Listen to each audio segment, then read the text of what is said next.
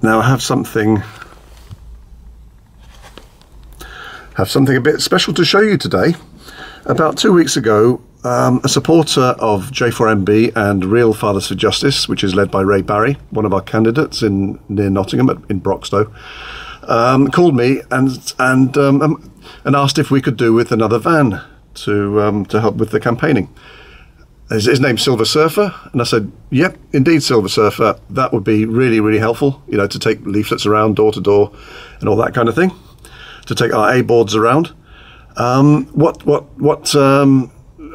do you ask? He said, since we both share a love of classic vans, let me ask you this. If you had the choice of any classic van in the world, what would it be? And I said, well, I mean, I suppose the ultimate fantasy, of course, is a 2002 Ford Escort 55D in dark blue. Well, we're extending the fantasy there. But I believe last week, or the week before, one of them was sold to, I don't know who to, for over £1 million at auction. And he said, that's quite right. It was a Christie's auction, and it fetched 1.3 million. It was a London-based Russian oligarch bought it. He has two others, which obviously kept under very heavy secure conditions. Well, he said, I've got you one. I said, yeah, righto. But he said, no. He said there was some guy in Scotland, some old guy in Scotland was selling one, and he had no idea of the worth. He had it on eBay for £950, so I paid for it on the spot, and now it's yours if you want it. Well, I was just stunned, as you can imagine. Apart from anything else, it can be used during the campaign, but afterwards we'll be able to sell it, get over £1 million, and that will be very useful indeed. So what is it that makes the Ford Escort, the 2002 Ford Escort 55D, so special? The main thing is that it had a number of specifications that no vans had before. So let me take you through the interior. So we start off with door mirrors. Very useful to know what's coming from the left, and there's one on the opposite side, so you know what's coming from the right. And there's a little toggle there. I don't know if you can see it, but that's a fantastic thing. That means you can actually position the window any way you want. So drivers of different heights can use it. Very clever. Now this was another first. This is something that blows warm air onto the window, so stops it steaming up. The original vehicle license disc, of course, we don't use those anymore. And it was, of course, I mean, famously the first van in the world to have windscreen wipers. I mean, before that, you know, vans were always colliding with other vehicles in rainy weather, so that was useful. Now it gets really special. Now this here is a device for blowing warm. Well, let me start with this.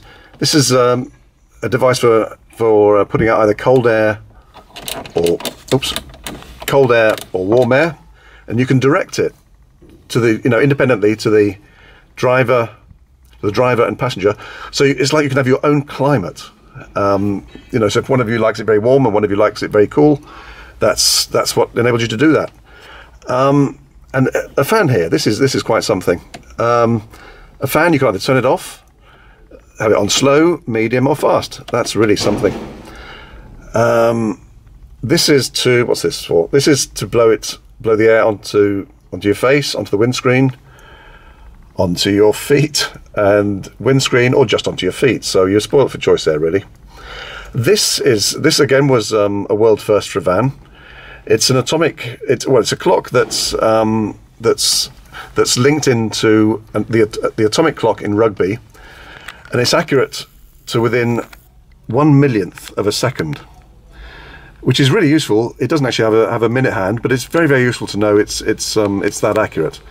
And the red light going off there, that's to prove that, or that's to indicate that the signal from the satellite is working, so you know exactly where you are.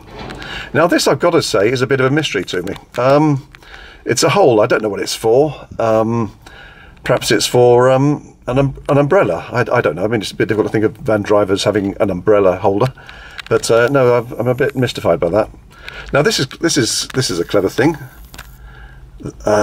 This is for adjusting the headlights when you have different loads in the back, because sometimes you might have sort of 40,000 leaflets in the back, sometimes nothing, so you need something to cope with all that. What else do we have?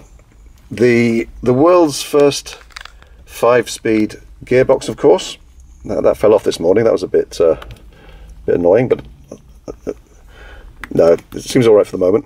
5-speed, and of course, it was famous. Of course, I mean, this van is the only van in the world ever with a Rolls-Royce V12 supercharged turbocharged engine, and it has, famously, has neck snapping acceleration, and they actually advise you to put your head on the headrest if you're really going to accelerate hard. And only a couple of days back, I rushed past a Ferrari on the M1, and the look on the driver's face was something else. It really was a picture. Anyway, so he accelerated, tried to catch me up, but he finally gave up after I'd passed 140 miles an hour. Now this is a bit special as well for anybody who drove vans before 2002. A handbrake. Now, of course, the 2002 Ford Escort 55D was the first van in the world with a handbrake, which is really useful for delivery drivers, because they didn't have to go and find somewhere flat to park. They could actually park on a hill and deliver stuff. So that must have saved an awful lot of time. What else is there? Oh yes, now this is very useful. So three things on the instrument panel here. Now that's particularly useful. That's a drawing of this van, and the reason for that, I'm told, is so that you're not lulled into the belief that you're driving a Rolls Royce or something like that. It would be easy to do. A speedometer with miles per hour and kilometers per hour, but thank goodness we never went over to the silly European kilometer measurements. A fuel gauge and something beneath it. I'm not quite sure. That's a temperature thing, I suppose. That's probably the temperature of the windscreen washer liquid, I suppose, something like that. What else? Speakers in the side of the door. That was very cutting edge. Now, there's a very clever security feature, because back in 2002, locks weren't as good as they are today. Security wasn't so good, and Ford came up with a brilliant idea around that, and that was this. Now, anybody wanting to steal a car radio or whatever, will assume that there's no radio here, but that's actually a security. That's actually a panel, a fascia, that hides a very high class entertainment centre, I suppose you'd call it these days. Very, very, very impressive. And here we have it's in there, but the cigarette lighter, which is useful for lighting my Patriarch cigars as I'm driving along. And at night, there's actually a light here which comes out and lights up the ash, which is useful. You really don't want to be putting burning ash onto the carpet. That probably wouldn't be very good. Anyway, there was one thing that I was a bit puzzled by, and I'll show you. Up here, no rear view mirror, and I thought, dear oh dear, someone's bodged it up, someone's taken it away or something. But no. I called Silver Surfer and I explained to him that there was no rear view mirror, and he said, yeah, there's good reason for that. And what's that, Silver Surfer? I said. He said, take a look around. So I did.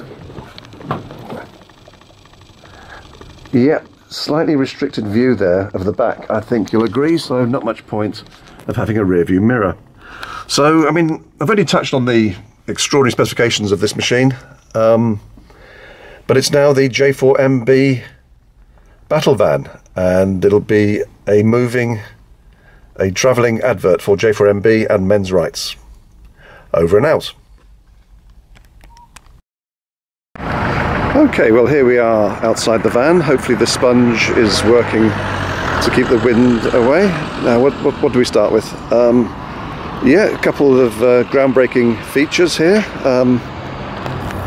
In the corner there, lights, very useful on dark days or nights. Some Stylish alloy wheels, rather impressive, I think you'll agree.